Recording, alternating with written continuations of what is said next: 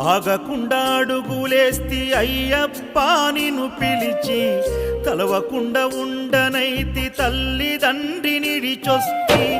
ఆగకుండా అడుగులేస్తి అయ్య